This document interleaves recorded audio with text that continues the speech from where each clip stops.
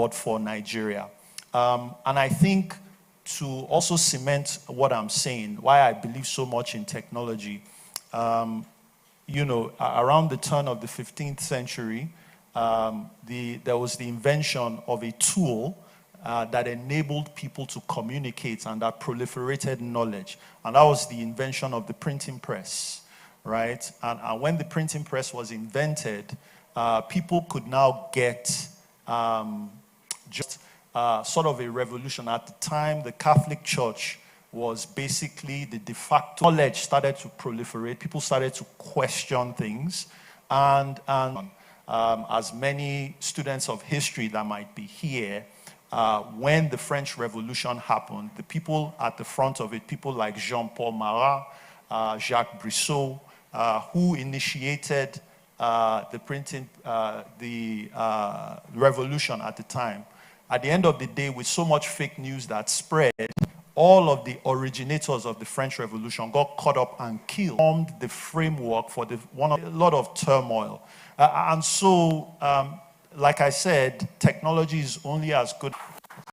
Thank you, sir. Thank you very much. Once again, a round of applause for the Honorable Commissioner, Innovation, Science and Technology of Lagos State, Mr. Olatubosun Alake.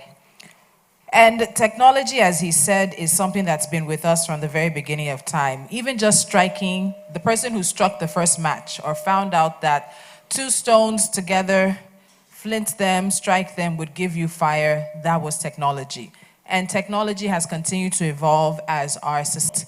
But the gentleman I'm going to introduce, it's quite difficult to keep an intro for him short. So, Your Excellency, please bear with me. Ladies and gentlemen and distinguished guests, it is my singular honor and privilege to introduce a remarkable leader, intellectual, and statesman who will be delivering today's keynote address. While our speaker needs no introduction, please allow me a moment to spotlight the exceptional qualities and contributions that make him the ideal voice for today's discourse. Professor Yemi Osinbajo is a renowned lawyer, professor of law, and senior advocate of Nigeria. As a former vice president of the Federal Republic of Nigeria, he has been at the forefront of navigating the intersections of governance, technology, and citizen engagement in one of Africa's most dynamic democracies. Throughout his career, he has championed innovation and reform, leveraging technology to advance governance and public service delivery. Under his leadership as chair of Nigeria's Economic Sustainability Committee, he championed initiatives that emphasize the digital transformation of sectors critical to Nigeria's economic recovery and growth. With an acute understanding of how technology and new media shape political action, governance, and citizenship, he has been a vocal advocate for fostering youth participation, transparency, and accountability in public administration as well. For socio-political transformation resonates deeply with action in Africa. So as you can see, academic as a professor of law, public servant as a former vice president of Nigeria, private sector player, and civic actor as guardian, the Timber. Former vice president of the Federal Republic of Nigeria, Professor Yemi Osinbajo. I think we can do better than that for this gentleman who's giving up.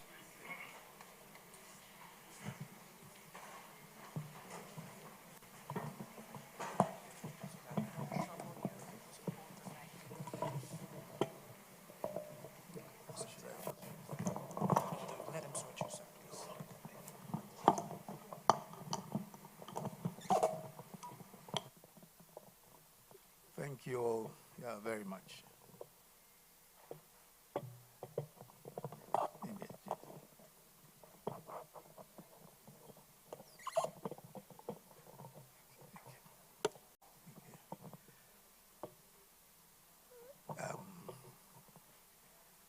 Mr. Tubosun Alake, Honorable Commissioner for Innovation, Science and Technology, Lagos State.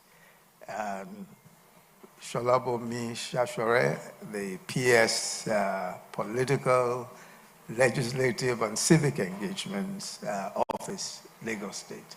And of course, Yemi EIE, enough is enough. And our dear friend Gabriel Okeowo of Budget, friends and colleagues, ladies and gentlemen. I must say that it's a very special privilege, of course, to have been invited here. And I think the organizers of the Technology, New Media, and Citizens and Governance Conference of 2024 deserve all of our commendation for providing the platform for this very important discussion on technology, the present and future of political action. And I'm deeply honored, I must say again, for your very kind invitation to make these keynote remarks, to open the conversation. The topic is, again, technology, the present and future of political action. Technology, the present and future of political action. The first point I think that one ought to make is to attempt to unpack the meaning and purpose of political action. I think that's important because I think it just bears various colorations. And to do so, I would ask a few rhetorical questions. What is the point of political action? What is the point? What is the role of the elite in political action? Who is the elite? Why is the elite particularly important in political action, especially in developing countries? And then why does technology which otherwise should be a mere tool, why is it important in our discussions on political action? I'll answer that last question immediately, why technology is so important in the discourse on political action. It is because technology is both a tool and a radical expression of a crucial right, the fundamental right to freedom of expression. And there are many who say that that particular right, the right to freedom of expression, is the foundation of all other rights. Of course, that's another argument. The next question I ask is, who is the elite? Who is the elite? Who are these people described as the elite? The elite is usually a small fraction of society, but who wield enormous social, political, and economic power. There are those who have the benefit of education, economic power, or social influence. And the elite include, of course, politicians, religious leaders, business and professional persons, but importantly for this discussion, civil society activists of various shades. Civil society activists. And in this room, we have the Nigerian elite of that particular category, civil society activists, in various shapes and forms. And the reason why they are the elite is because they have access to media. They have academic platforms. They are civil society organizations. And the elite can effectively advocate for reforms. They can mobilize public opinion. They can push for accountability in governance.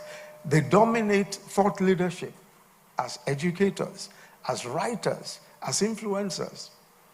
They hold, in my view, a disproportionate capacity to shape the political landscape. The context, and I think that it just bears repeating, that the elite, small as they are, very small numbers, have a disproportionate capacity to influence the political landscape of a country. Now, the context of our discussion is, of course, Africa, African countries.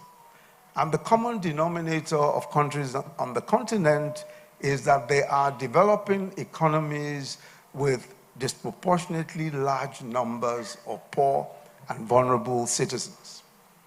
Most African countries struggle with many of the same problems: economic deprivation, poor governance, weak institutions, and corruption. Now, the purpose of political action, therefore, must be to draw attention to these issues and to seek to change them. Political action refers then, if you then want a sort of definition of it, it refers to those activities directed at influencing decisions, policies, or governance within a political system. That's just a rough definition. And these activities will include advocacy, and many of us, of course, are familiar with that, activism, protests, demonstrations, policy development, and community organization. But as I have suggested later in this presentation, political action must go beyond influencing outcomes. It must include participation in politics